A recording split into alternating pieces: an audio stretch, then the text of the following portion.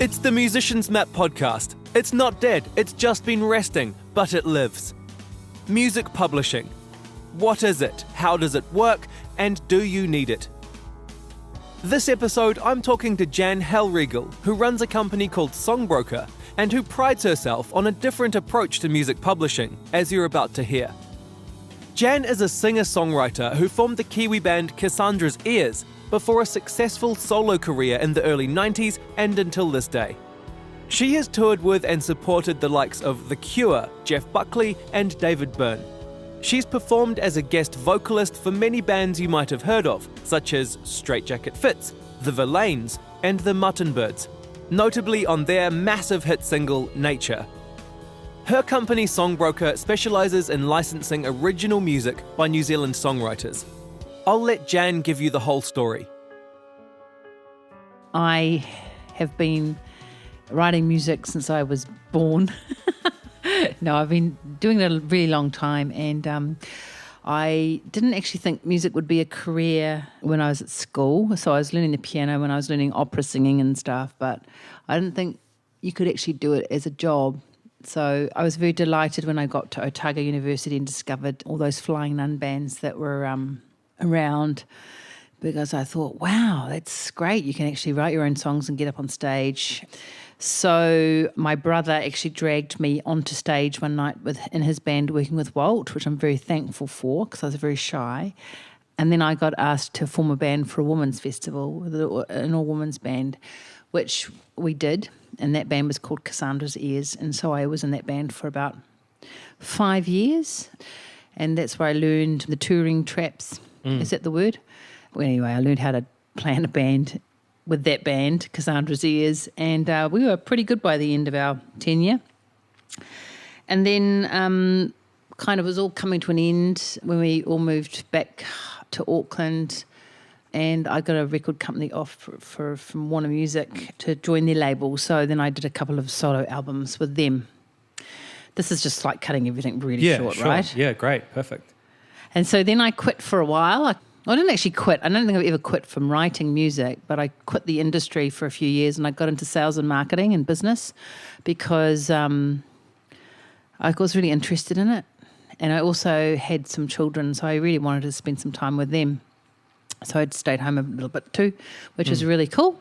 Then about sort of 8 years ago, I thought I'd quite like to get back into the music industry to support other artists and what they're doing, and I'd like to write a bit more as well. And I kind of missed it because it's what I do. Yeah. It's what I always have done.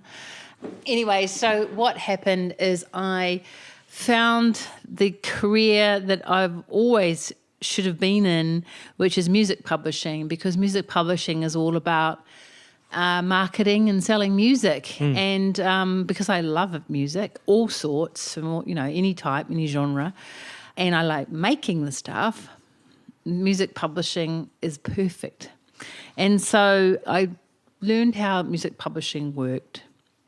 And then I decided that what would be really cool is if we had a New Zealand-centric music publisher for New Zealand artists that had a pretty good deal whereby you didn't have to sign up for 10 years or whatever, and you could leave if you didn't like working with us. Yeah. Because I was in one of those old-fashioned publishing deals. On the way to the top, everyone loves you and they want you, and they'll give you a big fat advance, and it's all very exciting.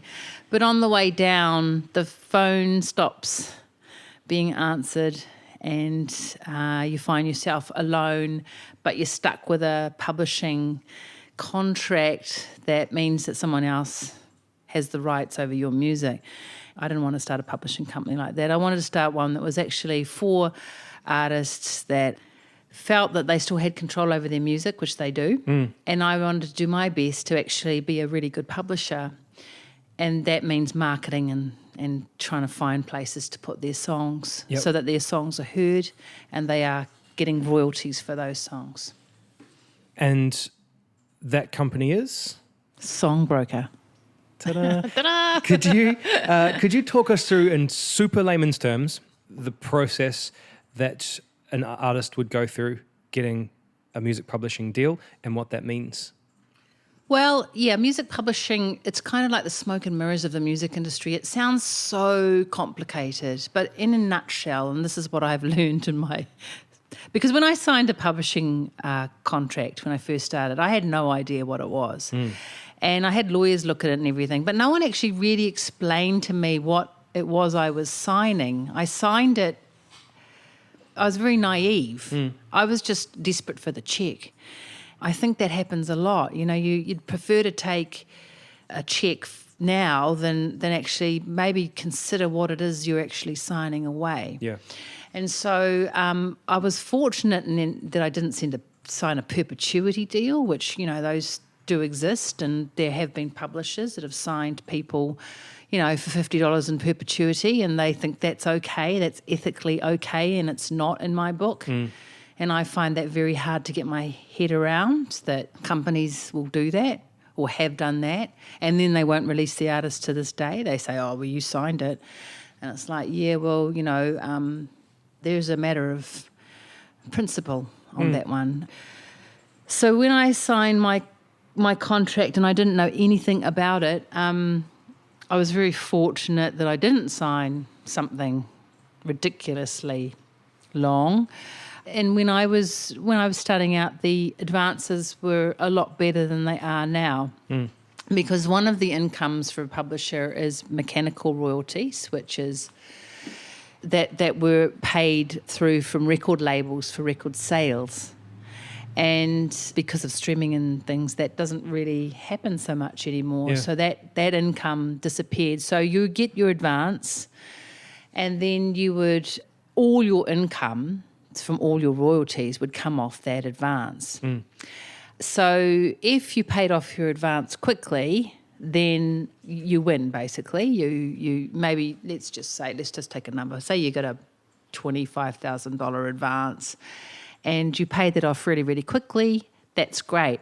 But if you don't pay it off really, really quickly, then you're sitting on that advance for quite some years and it's whittling down, and your publisher gets a percentage of that income. So let's say it's 30% on the dollar. You'll get 70% to go towards your advance, and the publisher will get 30% to go to for their business. And if it's sync, you know, it could be 40 or 50% that the publisher gets, and you get your 40 or 50 and 60 or 50, and then that gets paid off your advance. So you whittle down your advance that way. The thing about advances is you don't have to pay them back.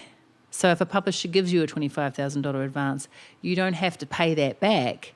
It's just that it might take a very long time for you to get that advance down. Yeah. I mean, yes, and down to zero. And then some publishing agreements have a thing called a retention period, which means that they can continue to collect on your royalties, the percentage that you'd signed to, for 5 or 10 years after your agreement's finished, which basically means they still have it for another 10 years. And you still don't have your music for 10 years. So you've got to really watch those retention periods. Those retention periods can be they're a long tail. That was the way it used to be done. But now I think what's happening is that it's very hard for a publisher to give an advance in the current state of with the streaming incomes, what they are. Because if you got to look at it like, they're going to give you an advance for something. And what happens if you're not getting any royalties? Yeah. So therefore, no one's just going to hand you money if they don't think they're going to get a return on it, because they're basically investing in you. I guess that would be. So whenever you sign a publishing deal and you are looking at signing a full service publishing deal with an advance, you've got to think about what that actually means. So if you never pay that advance back, then you never really get your songs back. And so looking back now at my young self, when I signed a publishing agreement, from what I know now, I would not have signed for the retention period that I did. And I probably would have liked to have known a little bit more about what I was doing. Sure. But that's another reason why Songbroker doesn't do it like that. I just want artists to feel that they are in control of their work, and I'm there to help them and support them and market their music, but I'm not here to take their music from them or control it. outside of what they want me to do. So if we could create a scenario where I'm an artist and I'm looking to sign a music publishing deal, how would I go about doing that with Songbroker? Well, yeah, because I can only talk on behalf of a Songbroker. Yeah. Just from my perspective as an artist who's just about to release something, it would have to be a pretty damn good bloody publishing deal for me to even look at one at the moment. They'd have to show me how they were going to work my music and how they were going to market it. And the odds are that they probably wouldn't offer me much at all, to be honest. So I don't know how you get a publishing deal at the moment. I think you have to prove yourself as a songwriter and get quite well known. But if you look at songs, a lot of songs are written by about 6 different people. Songwriters are producing songs to sell. Yeah. Where my heart always was is I write songs because I love writing songs. Yeah. So I just wanted to throw that in there because I can't talk on behalf of any other publishing models because we are very, very different. We sign the songs. We sign songwriters and their songs. And if there's lots of co-writers in the band, we sign all of them too. But we sign the music because we love the music and we think that the songs are great and they're produced well. Okay. And I don't see it as a business transaction. I see it as working with great music. Sure. And so if you wanted to sign to Songbroker, it's easy enough. You just contact us on our website page. We don't really give out our emails or anything. And we can't actually sign everybody. We won't sign people that are overseas at this point. We're just a New Zealand-centric publishing company. Occasionally we'll bend the rules a little, but we're concentrating here at the moment. And we'll just basically ask you some questions about your music and have a listen to some of it. We don't really like working with samples, uncleared samples. Creates a whole lot of mess, doesn't it? It's just too much work and we're not really that interested. And that actually is a bit unfortunate because it stops a lot of songs that we could potentially sign. But all I can say to people is, create your own samples and loops and sounds because in the end it makes your life a lot easier. Makes life a lot easier. Yeah. Yeah, and then it's a pretty easy sign-up process. But you have to be original. You can't have another publisher. And we also license the master recording for sync because we work on an all-in basis. Our online search engine is all the rights are with us, and that makes life a lot easier for everybody. Yeah. And that's why we're a little bit different as well. But we do all the legal work and the negotiations and stuff, so we're quite handy. Yeah. And I'm always happy if someone's got a question about something to advise them what something means because that's what I didn't have when I was starting out. I did not know what I signed. Yeah. And I know now what I signed. I know inch by inch every word on a contract now and what it actually means. But that's one of the biggest things to get your head around is, if you're signing something, you've got to understand, even if a lawyer's looking at it for you, you've got to ask the lawyer, why are they asking for that? What exactly is a mechanical royalty? What is a sync royalty? What does that mean? So always understand all those things. What sort of vetting process do you have? What sort of artists are you looking for? What has an artist had to have achieved in order to get we're Songbroker? just worried about the song, or we're focused on the songs. Sure. So, look, it doesn't actually really matter. They don't have to have done anything as long as it's good. Yeah. We're not in it for how famous people are or if they, are considered, the next biggest thing. That's not important. The songs are important because songs have a very long life. I'm interested in songs that I think people have worked hard on and they're very, very good. I don't see it as, whether or not they're in the chart at the moment. I see it as whether or not in 5, 10, 20, 15 years, can we get this song onto something? Yeah. So we just put some of Graham Downs' songs from the Verlaines onto a Netflix show. And those songs are, 30 years old. Yeah. So So it doesn't actually really matter what's in or out or what's fashionable or what genre is the one that you know, we're a publisher. So we Yeah. publish whatever we like. Everything else around it is just numbers and data. Yeah, That doesn't concern us at all. that's cool. Yeah. So in your opinion, in your eyes, what makes a good song? What makes something that you like? That you've done it. I'm not here to make the call on what's a great song. I'm here to make the call on what's produced well. You know, if it sounds good. Yep. Because there's lots of types of genres. And the other thing is, one thing that makes us a bit different is because in our search engine we'll put songs up that you've actually performed on. You know, if your singing isn't quite good enough or if the production isn't good enough, then we won't put it up because that's your calling card. So that's your song. You've written that song. If you haven't performed it very well, then you don't really want to be attached to that. You should go off and get someone else to perform it that's really good, you know. Sure. So that's one thing that we do look out for. We can't have people singing their own songs that aren't very good at singing. And if you're not very good at singing, that's fine. You just need to practice. I always say, you know, you can do it, but you've got to come to us when you're ready, not when you're sort of hoping that we'll like it. If you don't think it's amazing and in tune, then don't give it to us because we're going to hear that. Yeah. Yeah. Yeah, and maybe artists should be asking multiple people for advice before they approach well, a yeah, but the company thing like is us. most people ask their family and friends and they're all going to say that it's fine. Yeah. And sometimes I do have to let people know that I think that it's not quite good enough or the production qualities aren't good enough because that we're trying to on-sell that into film or TV or productions or ads or whatever. Yeah.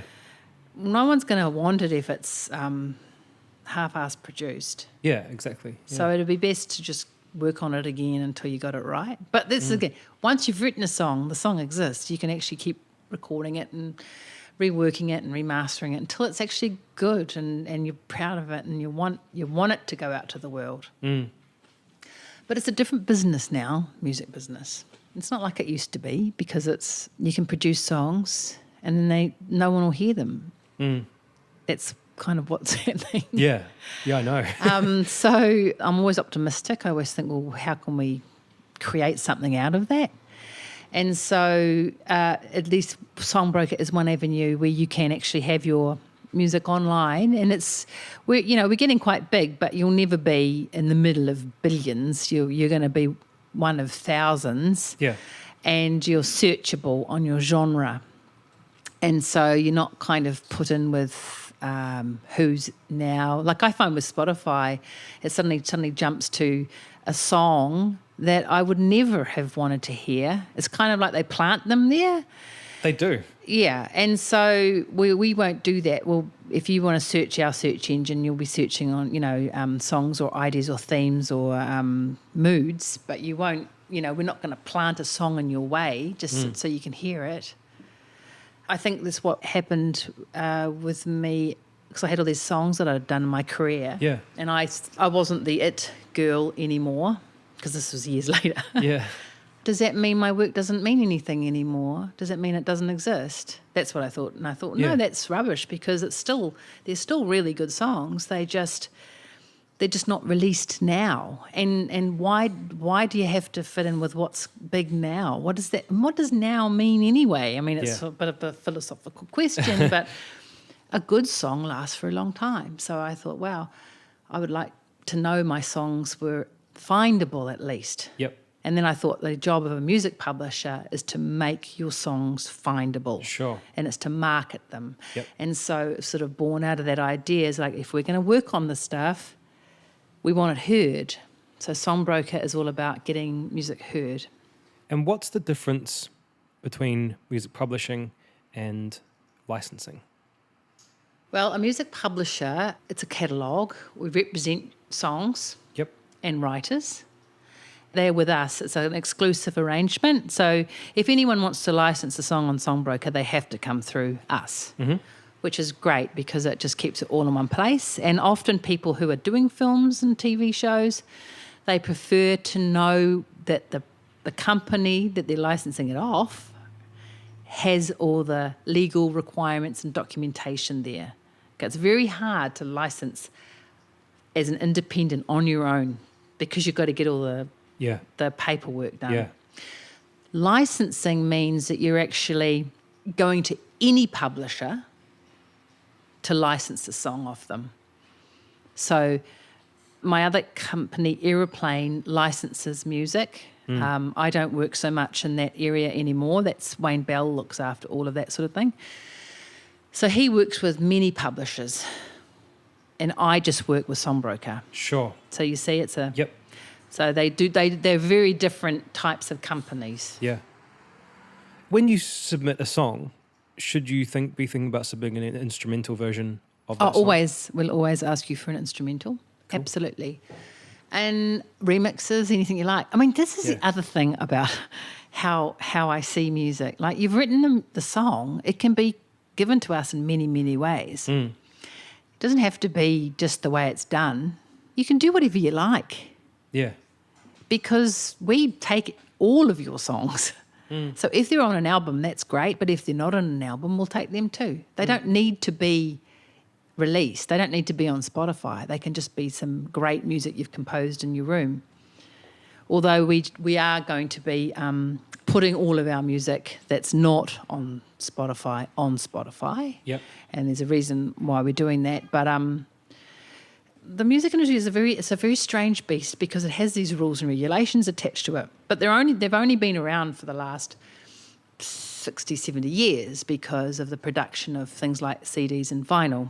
And so music has been around for centuries in many forms, just on like manuscript or maybe madrigals or choir or, it's many different things, but the emphasis is on the pop industry because that's where all the sales were in the 60s, 70s and 80s. It was like pretty good to be a label at that point. Yeah. But where it's at the moment is that it's back to the song. Nothing else exists except for those songs. And that's great because I know that it'd be very hard to get onto the chart because that's not where my audience is. Sure. I mean, my son goes, "Oh, Mum, you've got no Spotify followers." And I said, "Yeah, no, I don't, do I?" I don't. I sell CDs still. So my next release will be in the physical format because my audience still likes to have a physical format to buy. So that's fine. But if I just did it like I'm told to do it at the moment, like just release it onto a digital format, then it's just going to do nothing. Yeah. No one's going to even know it's there. Yeah. Who made all these rules? Why do I have to do it that way? And why can't I do it this way? And why are we so infatuated with what's on the chart when there's so many different songs being produced in so many different genres in so many different ways? And it's exciting. And that's how I see the music industry. I see it as very, very broad, a kaleidoscope of opportunities right now. It's very, very cool. Yeah, you've got me thinking, actually.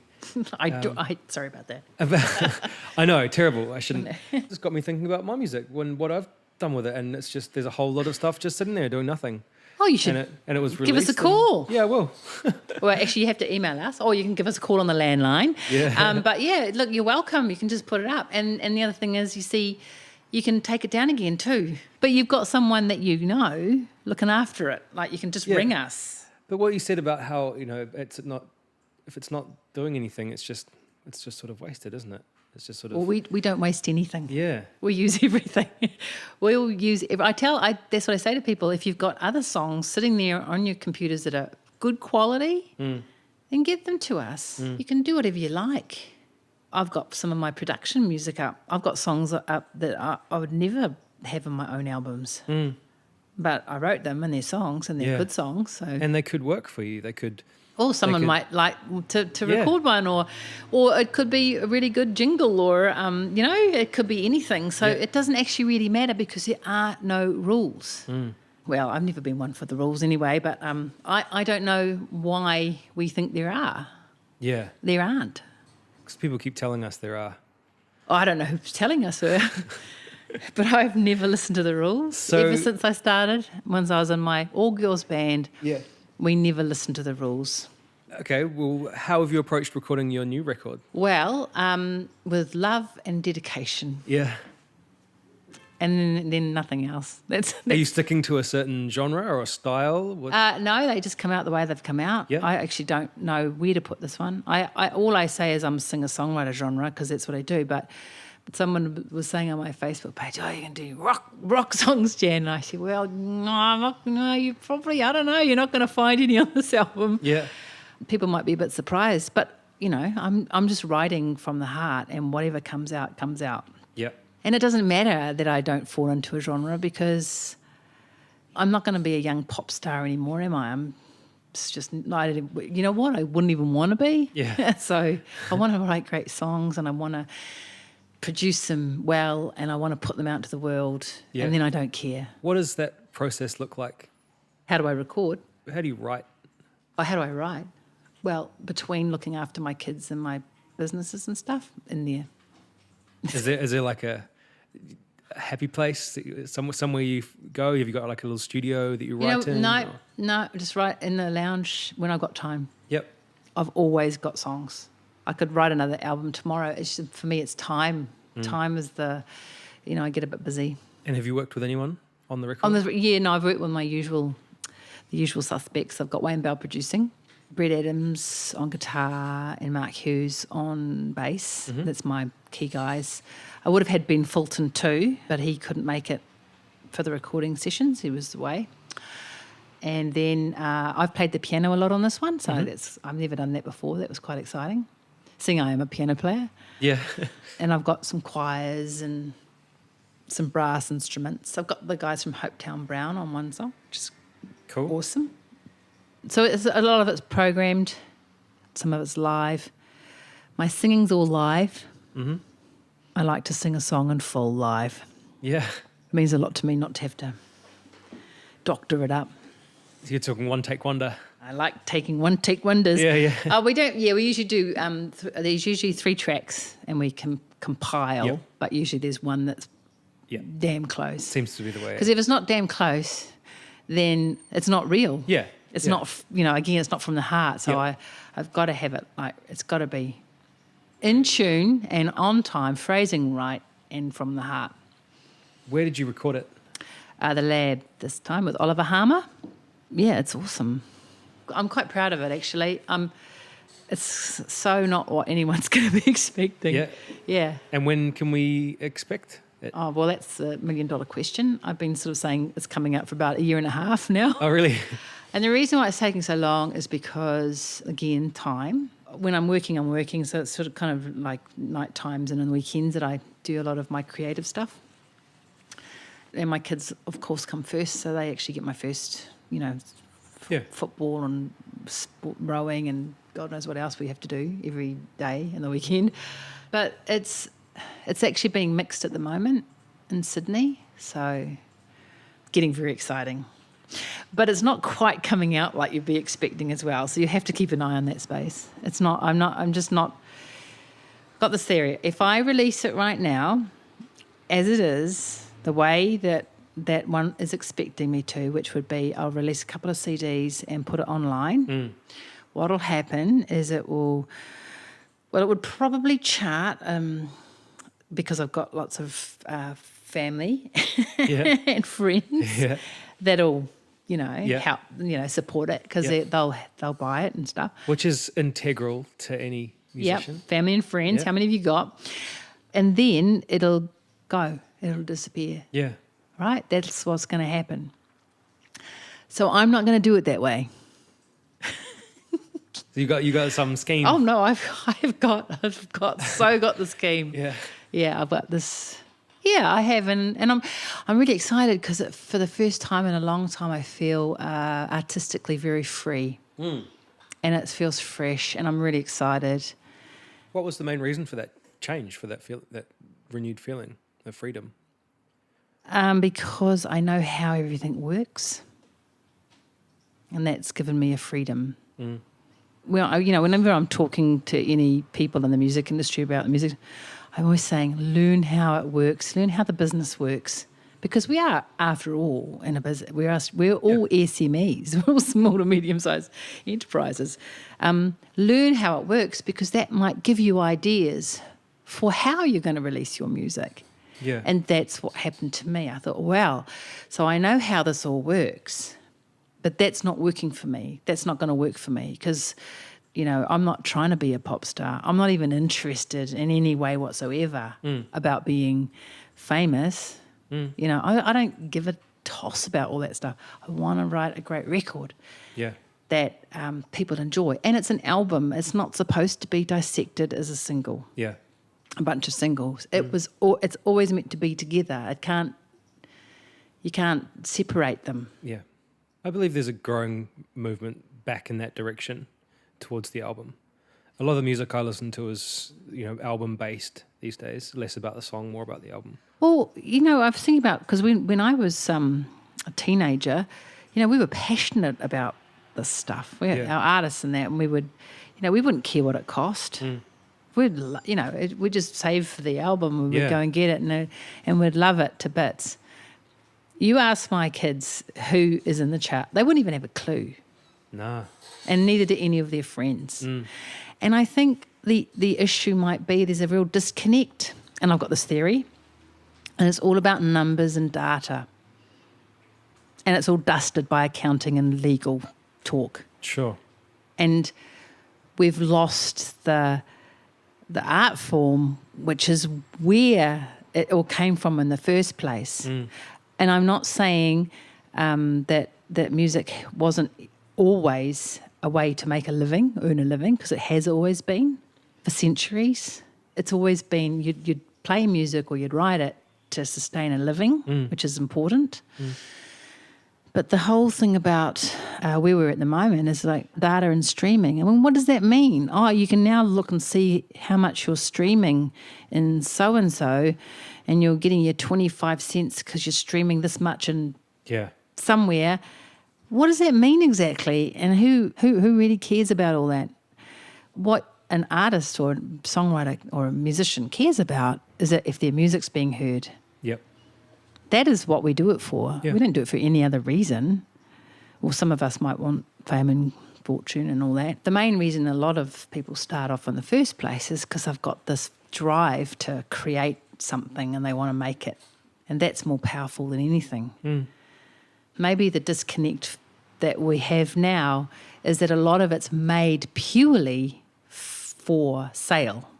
You know, in the 70s when you had your Tom Petty's and the Eagles and all that, these bands that were just like becoming massive, they didn't do it for the money. They never did it for the money. They ended up, you know, earning millions, but they did it because they wrote great songs. Yeah.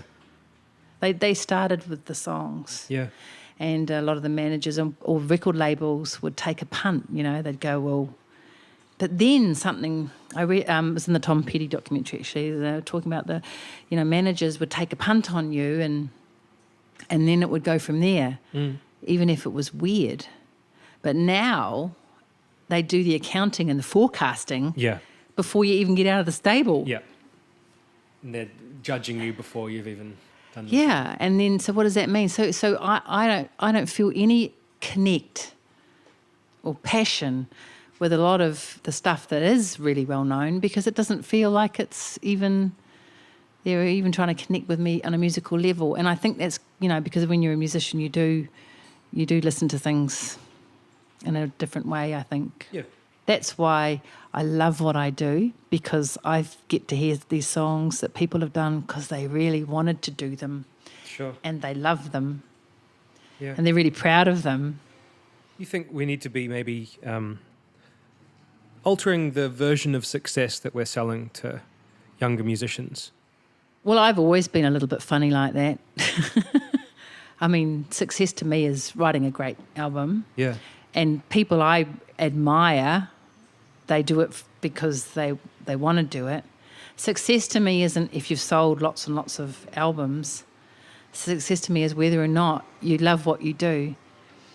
But that's not to say it's not a good thing to earn a lot of money out of your music. Yeah. That's a great thing, and I wish I could, and I hope I do one day. I'm not saying it's a bad thing. It's a good thing because it means you can create more and you can keep going and you can get deeper. It's actually really important to be paid for your work. But what is success? My success is definitely about how great the work is, how proud you are of what you've done. Yeah. Everything else is just a circus, you know? And that's it for this episode. Thanks for listening. If you want to find out more about Jan and Songbroker, you'll find links in the episode show notes. Make sure to follow her on social media before she releases her new album, as it sounds super interesting. Jan's pick for Artist of the Week is Andrew Keoghan. That's spelt Keoghan, so I'm not sure if it's Keoghan or Coogan or Kurgan or who knows, but that's how you spell it. Check him out. You'll find links to Andrew's music in the episode show notes as well. So that's us. New episodes as and when I can manage it. Make sure to subscribe to the podcast and get involved with the Facebook pages and email list to keep updated on the next episode. This podcast and the website musiciansmap.org is dedicated to sharing knowledge and advice about music and the music industry. It's all about community, honesty, and positive progress. The experiences, stories, and advice shared on the podcast are given freely with the hope that you can relate to them and benefit from them. If you've found this podcast enjoyable or useful, make sure to check out the Musician's Map ebook and audiobook about building success in music. You'll find it at musiciansmap.org/books, Amazon, and Audible, and buying a copy of the book directly contributes to the continuation of this podcast. There's also a free ebook, How to Get Your Music Heard. Go to musiciansmap.org/free-book to get your copy. If you have a suggestion for the podcast or for the YouTube channel, or you just want to get in touch and say hello, please do so via the Musicians Map Facebook group or by email at kane@musiciansmap.org. Thanks for listening and stay positive.